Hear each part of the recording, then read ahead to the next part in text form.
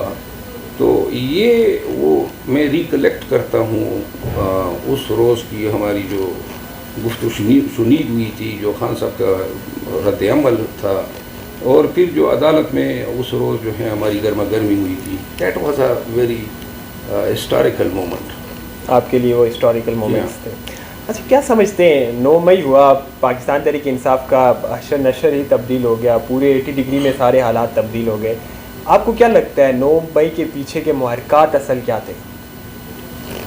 میرا خیال ہے کہ 9 مئی جو ہیں وہ بیسیکلی ایک کلائمیکس تھا۔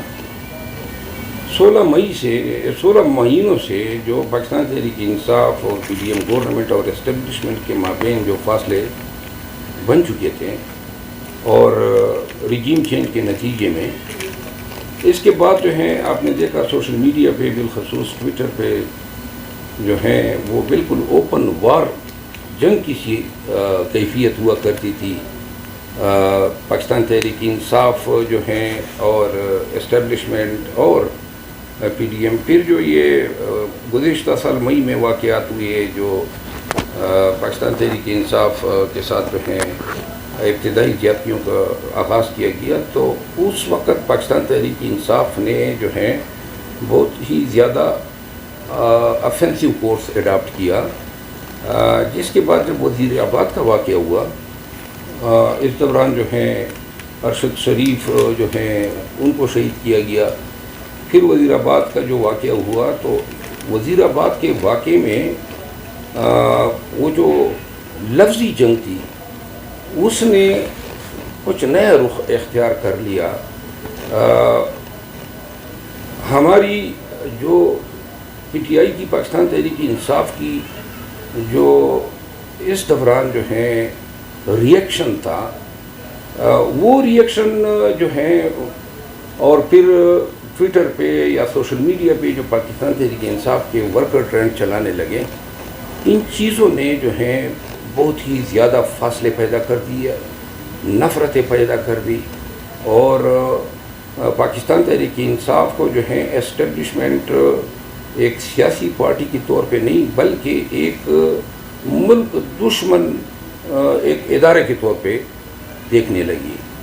اور میرا خیال ہے کہ ان کی اس پرسیپشن کو پیدا ہونے میں ان لوگوں کا بھی کافی کردار تھا جنہوں نے بجائے اس کے کہ ایک یا دو افراد کے حوالے سے کوئی تنقید کرتے، فوج کے پورے ادارے پہ جو ہیں حملہ آور ہوئے. اور میرا خیال ہے کہ یہ نہیں ہونا چاہیے تھا. تو جب 9 مئی کا دن آتا ہے تو اس سے پہلے جو ہیں نفرت عروج پہ تھی اور سمجھ نہیں آ رہی تھی، کیونکہ الیکشن جو ہیں جب بھی ہو رہے تھے عوامی مقبولیت عمران خان کی بڑھ رہی تھی. تو 9 مئی کا جو واقعہ ہے، میں بار بار یہ کہہ چکا ہوں، 9 مئی کا واقعہ جو ہے ایک ٹریپ تھا، کیونکہ 9 مئی کو عمران خان کو تو یہ علم نہیں تھا کہ ان کو ہائی کورٹ میں اس طریقے سے رینجرز کے ذریعے گرفتار کیا جائے گا. اچھا مروت صاحب، 9 مئی کے واقعات کے بعد ہم نے دیکھا کہ گو کہ آپ بھی فرما رہے ہیں جس طرح کہ یہ ٹریپ تھا، اس ٹریپ کے فوراً بعد سے پاکستان تحریک انصاف کی جتنی بھی لیڈرشپ تھی وہ ایک دم ٹوٹ پھوٹ کا شکار ہو گئی. آپ کے پختونخوا میں خٹک صاحب علیحدہ ہو گئے، یہاں پنجاب میں تمام تر جو لیڈرشپ تھی وہ علیحدہ ہو گئی. کیا عمران خان کا ایک 22 سالہ کیریئر، ایک 23-24 سالہ جدوجہد جس کا، اور 22 سال کے بعد انہوں نے اقتدار حاصل کیا، اس پورے جدوجہد میں کوئی ایسے موصل نہیں بنا سکے، وہ ایسے ساتھی نہیں بنا سکے جو مشکل وقت میں ان کے ساتھ کھڑے رہتے؟ دیکھیں، آپ کے سوال کے 2 جوابات ہیں. محسن، یا بہتر یہ کر لیں کہ جرری اور دلیر اور وفادار لوگ وہ ابھی بھی پاکستان تحریک انصاف کا حصہ ہیں، بلکہ جو لوگ ہم سے گئے ہیں وہ اشیر ہی نہیں ہے پاکستان تحریک انصاف کی نیومیریکل اسٹرینتھ کا.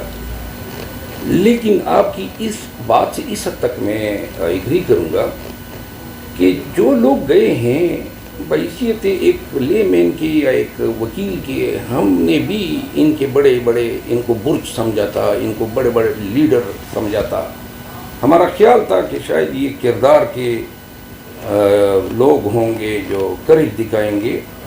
لیکن اب جب کہ میں خود عملی طور پہ پاکستان تحریک انصاف کے تمام لیڈروں کو میں دیکھ چکا ہوں، جو موجود ہیں یا جو چلے گئے، اب میری رائے مختلف ہے. وہ رائے کیا ہے؟ میری رائے یہ ہے کہ یہ جو جرت ہیں یا وفاداری ہیں،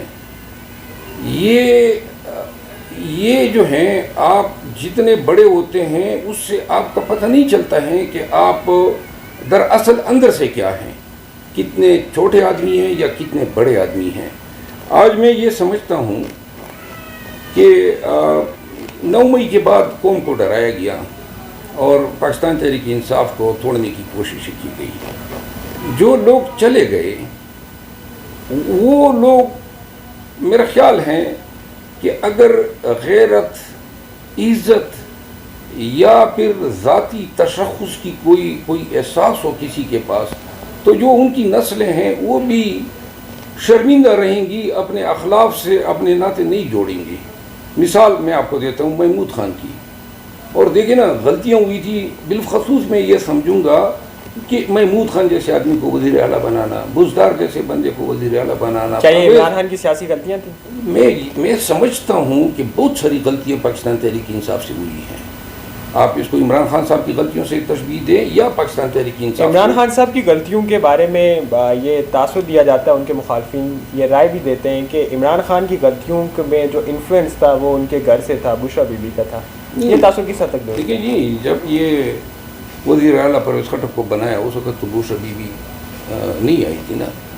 جب محمود خان کو بنایا تو اس وقت جو ہیں، یا یہ جو آپ بتا رہے ہیں نا کہ بشرا بی بی کا، دیکھیں میں نے یہ بڑے نزدیک سے دیکھا ہے. بشرا بی بی کا تعلق صرف اور صرف گھر کے معاملات سے ہیں.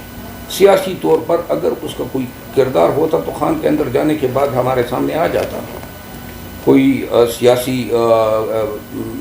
بات کرنے کے لیے یا کوئی قانونی طور پہ یا کوئی عملی کردار ادا کرنے یعنی کہ ان کا کوئی کسی قسم کا پولیٹیکل انفلوئنس نہیں ہے، جتنی بھی باتیں کی جاتی ہیں وہ محض سیاسی بیانات ہیں؟ دیکھیے جی، پولیٹیکل انفلوئنس تب ہوتا ہے جب ہم دیکھیں، ایک تو انتہائی آپ کو پتہ ہے وہ ایک پردہ دار خاتون ہیں، بڑی ریزرو اس کی لائف ہے، بہت کم لوگوں کو ان تک رسائی ہیں، وہ ہر ایک آدمی سے نہیں ملتی ہیں پاکستان تحریک انصاف میں، اور بہت سارے لوگ جو بڑے نزدیک ہے خان صاحب کے، ان کے اہل خانہ یا بیگم صاحبہ کے ساتھ جو ہیں کوئی ایسا رابطہ تعلق نہیں ہو سکتا ہے۔ اب ہم چونکہ ان کے وکیل ہیں تو یوں اس ناطے جو ہیں ہماری انٹریکشن یا تعلق یا ان کے ساتھ سلام دعا بھی ہو جاتی ہے۔ پرویز خٹک چھوڑ گئے جماعت کو، کہتے ہیں جو کچھ تحریک انصاف تھی میری وجہ سے تھی، درست کہتے ہیں؟ نہیں، میں یہی بات کر رہا تھا، لیکن آپ نے پرویز خٹک جو ہیں وہ تھا ہی ایسا آدمی۔ خان صاحب جو ہیں وہ اس وقت بھی شاید انہوں نے لوگوں کی باتوں پہ کان نہیں دھرا جب یہ 12 میں آئے اور 1 سال کے اندر اس کو وزیر اعلیٰ بنایا۔ اس کا سیاسی کیریئر اس کے اپنے کردار کا منہ بولتا ثبوت ہے۔ یہ پارٹیاں چھوڑنے، ایک کبھی پیپل پارٹی میں، کبھی نون میں، کبھی کسی ANP میں، مختلف پارٹیاں یہ تبدیل کر چکا ہے، اور آخر میں جب یہ پاکستان تحریک انصاف میں آیا تو 2013 سے لے کر 18 تک یہ وزیر اعلیٰ رہا۔ اس کے بعد اس نے کیا کیا کہ یہ پاکستان تحریک انصاف کے سیٹیں الاٹ کرنے یا ٹکٹ دینے میں KP کی حد تک اس نے بالکل گرفت لی ہوئی تھی۔ سینیٹر جو تھے، ابھی جب یہ لاسٹ ٹائم سینیٹر ہوئے، اور میں شاید سمجھتا ہوں کہ یہ کسی ٹائم میں فراپ بھی ہونا چاہیے، جب سینیٹر KP سے نامینیٹ ہوئے، اور آج آپ حالت دیکھ رہے ہیں پاکستان تحریک انصاف کے سینیٹر کا، کوئی ایک بہت کم سینیٹر جو ہمارے ساتھ ٹھہرے ہوئے ہیں، کیونکہ ان کو پرواہ نہیں ہے۔ ان کو 3 لوگوں نے جو ہیں سینیٹر بنایا، پرویز خٹک، محمود خان اور ایک اور صاحب سے جو چونکہ ابھی PTI میں ہیں تو میں ان کا نام نہیں لیتا ہوں۔ پہلے یاد رکھیں گے، لیکن جی لحاظ تو میں نے چاہیں گے نہیں عمران خان کے ساتھ جو وفادار لوگ نہیں ہیں وہ آج عوام کے سامنے آ جائیں۔ ابھی بھی بہت سارے لوگ ہیں جو اس امید میں بیٹھے ہیں کہ چونکہ ووٹ PTI کا ہیں تو ہم دیکھتے ہیں، آبزرو کرتے ہیں کہ شاید PTI چل جائے۔ جب بھی ان کو پتہ لگے گا خدا نخواستہ کہ یا عدالتی پابندیاں ہیں یا حکومتی پابندیاں ہیں، تو میں یہ سمجھتا ہوں جو یہ فصلی بٹیرے ہیں بہت سارے پرواز کر دیں گے۔ PTI جمہوریت کی بالادستی کی جدوجہد کر رہی ہے اس پر؟ پاکستان تحریک انصاف جو ہیں، اب جو ہمارے حالات ہیں ملک کے اور جو ہم پہ گزر گئی ہے، جو سابق تجربہ یا حکومتی جو اقتدار تھا اس سے جو تجربہ سیکھا ہے، اس کے بعد اس میں کوئی شک نہیں ہے کہ پاکستان کی جو ہے ڈیلیورنس وہ اس میں مضمر ہیں کہ پاکستان اور پاکستانی ایک دفعہ یہ فیصلہ کر لیں کہ گورننس کس نے کرنی ہے۔ اگر ہم الیکشن برائے نام کراتے ہیں اور ہم انویزیبل پاور کو اپنے اقتدار میں بڑا افیکٹو رول دیتے ہیں، تو آپ سنتے رہے باجوہ صاحب جب تھے تو بار بار کبھی وزیر اعلیٰ لانے میں، کبھی وزیر داخلہ بنانے میں، کبھی گورنر بنانے میں، چیف الیکشن کمشنر بنانے میں، ہر چیز میں اس کا ایک عمل دخل ہوتا تھا۔ پھر اس کے علاوہ آپ نے یہ بھی دیکھا نا کہ جب اچھا مروت صاحب، آپ PTI اپنی غلطیوں سے سیکھتی کیوں نہیں ہے؟ یہ آپ جو بیان کر رہے ہیں یہ ایک پوری ہسٹری ہے، لیکن اب ہم دیکھتے ہیں جب آپ کی جماعت ٹوٹ پھوٹ کا شکار ہوئی، توڑی گئی، تو پھر سے جماعت کی تمام تر ذمہ داریاں جنرل سیکرٹری جیسا عام ترین عہدہ ایک ڈکٹیٹر کے پوتے کو دے دیا، اور ایک ایسی شخصیت کو جس کے بارے میں عمران خان خود بھی بعض اوقات مختلف کنفیوژن کا شکار رہے ہیں۔ اب عمر ایوب آپ کے جنرل سیکرٹری ہیں PTI کے؟ کہ عمر ایوب میں میرے خیال میں ابھی تک جب سے یہ اسد عمر صاحب گئے ہیں آج تک عمر ایوب کا بحیثیت جنرل سیکرٹری کردار اور بحیثیت پاکستان تحریک انصاف کے ایک سپورٹر کے میں اس کو بڑی قدر کی نگاہ سے دیکھتا ہوں۔ اچھا، کیونکہ بڑی زیادتیاں اس کے ساتھ ہریپور میں کی گئی، آئے دن اس کے گھر پہ چاپی ہوئی ہے، ان کے املاک کو نقصان پہنچایا گیا، ان کے کاروبار کو، ان کے خاندان کو بڑی تکلیفیں دی گئی۔ یہ ڈٹا ہوا ہے، ایسے لوگوں کی ہم قدر کرتے ہیں، ادروائز ان کے لیے بڑا آسان تھا کہ یہ کمپرومائز ہو جاتا۔ تو لہٰذا عمر ایوب جیسے لوگ جو ہیں وہ جو ڈٹے ہوئے ہیں محاذ پہ، اور خان کا ساتھ دے رہے ہیں. آج کل سیکرٹری جنرل بھی ہیں اور ساتھ میں اس کی بھی تصدیق کرتا ہوں کہ وہ اپنے تئیں پارٹی کے جو معاملات ہیں وہ پوری خان کے ساتھ وفاداری کے مطابق نبھا رہا ہے. آپ یہ سمجھتے ہیں کہ وفاداری کے مطابق نبھا رہے ہیں؟ الحمدللہ. اچھا ہمیں یہ بتائیں گے آپ پہ بھی مقدمہ درج ہوا عمران خان کے ساتھ کھڑا ہونے کا، کیا کچھ آپ جو ہے وہ کتنا ایک آپ پہ پریشر ہے؟ کیا کچھ کالز آتی ہیں؟ آپ کو ڈرایا دھمکایا جاتا ہے اس طرف کھڑے ہونے کا؟ میں نے پہلے بھی عرض کیا تھا، میں نے اپنے لائف میں بہت تکلیفیں جی لی ہیں، میرے خاندان نے جی لی ہیں. ہم ٹیررزم کے شکار ہیں، دہشت گردی کے اپنے علاقے میں، اور یہ جو آج کل کے حالات ہیں اس سے انتہائی برے حالات ہم اپنے ذاتی لائف میں بھگت چکے ہیں. تو لہٰذا جب یہ 9 مئی کے بعد یہ پکڑ دکڑ دھمکیاں اور یہ کھاتے شروع ہوئے، اور جب خان کے ساتھ چونکہ میرا اپنا ایک انداز ہے، میں اس پہ کوئی میرے بس میں ہی نہیں ہے مینوفیکچرنگ فالٹ کہہ دیں کہ میں وہ بات نکال ہی دیتا ہوں جو میں سمجھتا ہوں اپنے تئیں کہ وہ درست ہے. بہت سارے لوگوں کو تکلیف ہوئی، پاکستان تحریک انصاف کے اندر، اسٹیبلشمنٹ کو، پولیس کو، پی ڈی ایم کی حکومت کو. تو لہٰذا یہ جب سلسلہ شروع ہوا لازماً میں بھی تختہ مشق بنا.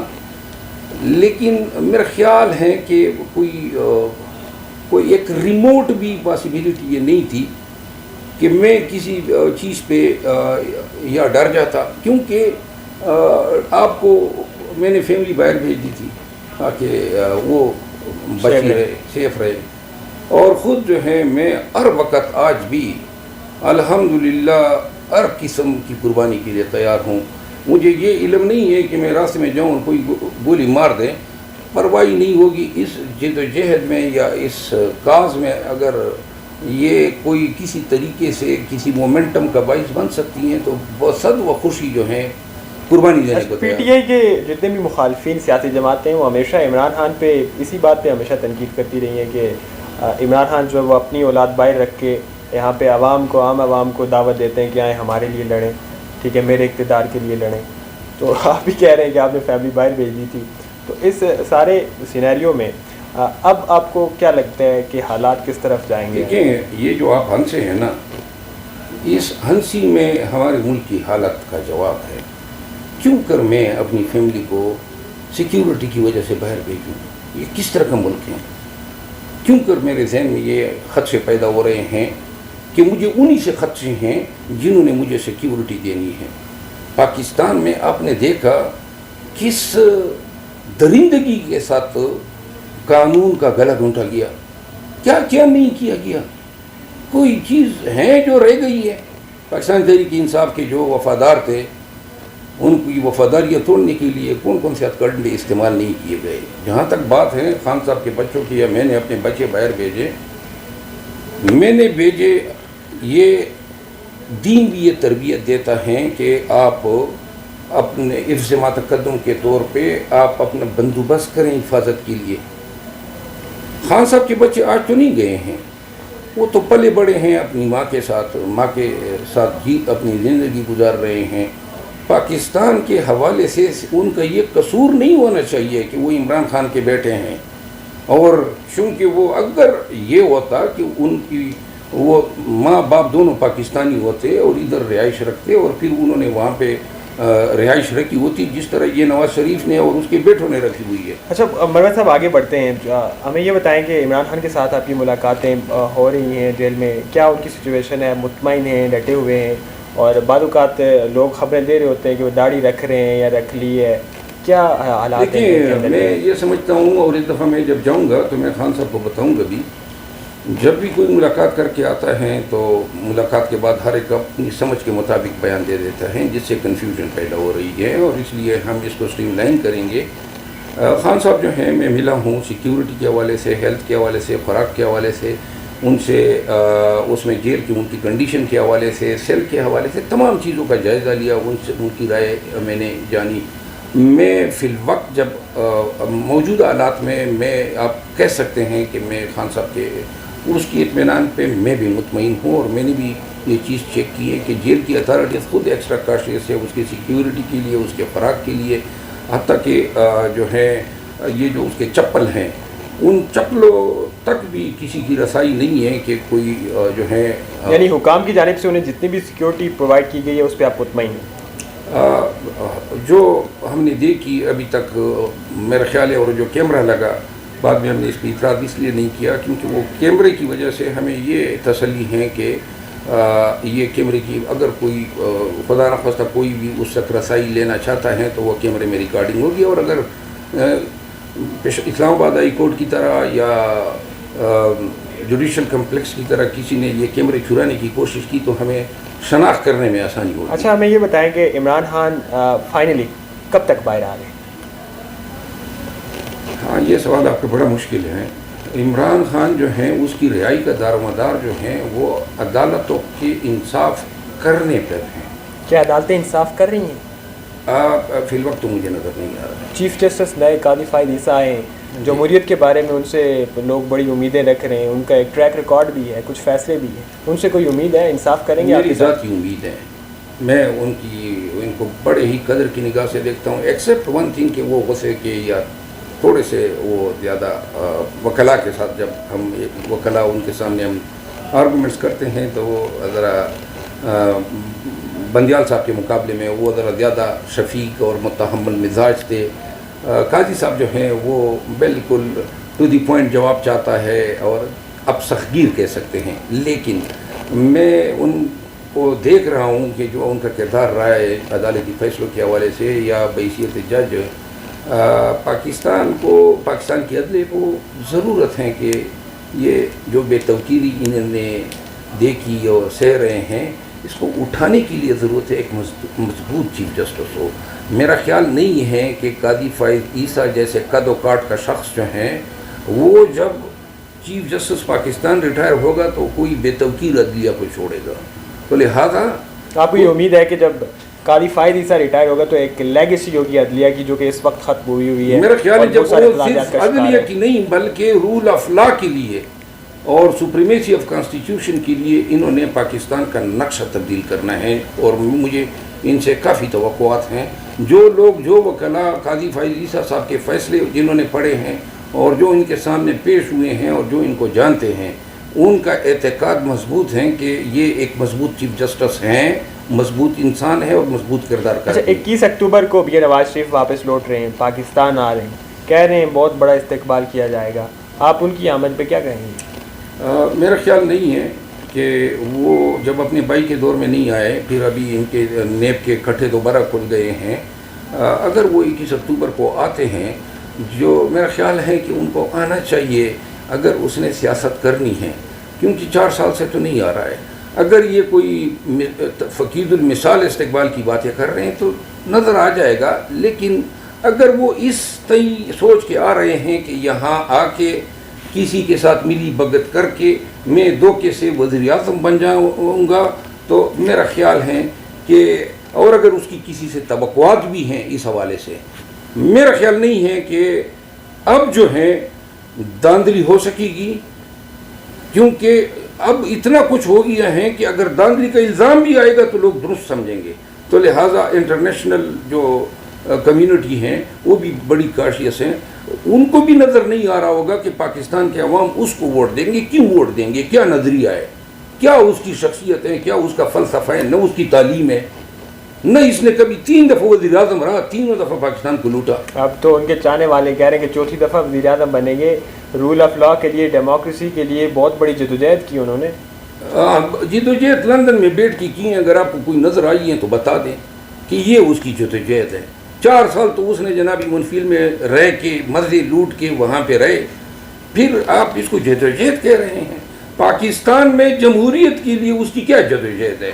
نہ تو اس شخص کا کوئی اسکول آف تھاٹ ہے، نہ یہ کوئی سیاسی فلسفہ رکھتا ہے، نہ یہ سیاسی فلسفہ سمجھتا ہے۔ سر، سیاسی فلسفہ تو ہے، ووٹ کو عزت دو کا اتنا عرصہ وہ راگ لپتے رہے، پورے کے پورے جی ٹی روڈ پہ نعرے لگاتے رہے ہیں، ووٹ کو عزت دو، پھر بعد میں بھی آپ نے ان کا نعرہ سنا۔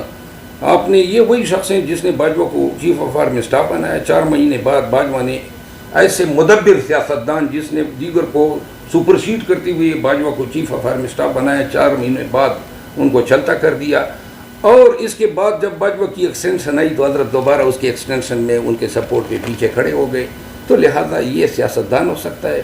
ایسے لوگ جو ہے نا، یہ اگر ویسٹ میں سیاست کرتا، کسی ڈیولپ کنٹری میں سیاست کرتا، میرا خیال نہیں ہے کہ یہ یونین کونسل کے کسی حلقے کبھی کوئی اس کو ووٹ دے پاتے. سیاسی گراوٹ اس سے زیادہ نہیں ہو سکتی ہے جو اس شخص نے پاکستان میں رقم کی. اچھا، ون لاسٹ کوشچن آخر میں کیا کہیں گے؟ وکلا تحریک کا مختلف آپ کے جو وکلا لیڈران ہیں انہوں نے اعلان کیا ہے، کیا اسے کامیاب ہوتے ہوئے دیکھ رہے ہیں؟ چونکہ ایک 2005-6 میں چلی تھی، ایک یہ ہے، کیا سمجھتے ہیں؟ میں سمجھتا ہوں کہ جو رضوی صاحب اعتزاز احسن صاحب ہیں، علی احمد قرط صاحب ہیں، اور اس وقت کے جو ہمارے لیڈرز تھے، جب تک وہ خود آ کے سامنے آ کے ببانگ داغ یہ اعلان نہیں کریں گے کہ اب وکلاء نے پاکستان بھر میں نکلنا ہے، تب تک یہ وکلاء کی تحریک مومنٹم نہیں پکڑے گی. ہاں، اگر اس دوران وکلاء پہ کوئی کریک ڈاؤن ہوتا ہے، کوئی گرفتاریاں ہوتی ہیں یا کئی وکلاء کا خون بہتا ہے، تو میرا خیال ہے کہ پھر بڑے رائف حالات ہوں گے وکلاء کو اٹھنے کے لیے اور تحریک جو ہیں. بہت شکریہ شیر افضل مروت صاحب. ناظرین کرام، ہمارے ساتھ شیر افضل مروت موجود تھے. مختلف سوالات پر ان کا موقف آپ نے ملاحظہ کیا. اجازت دیجیے، اللہ نے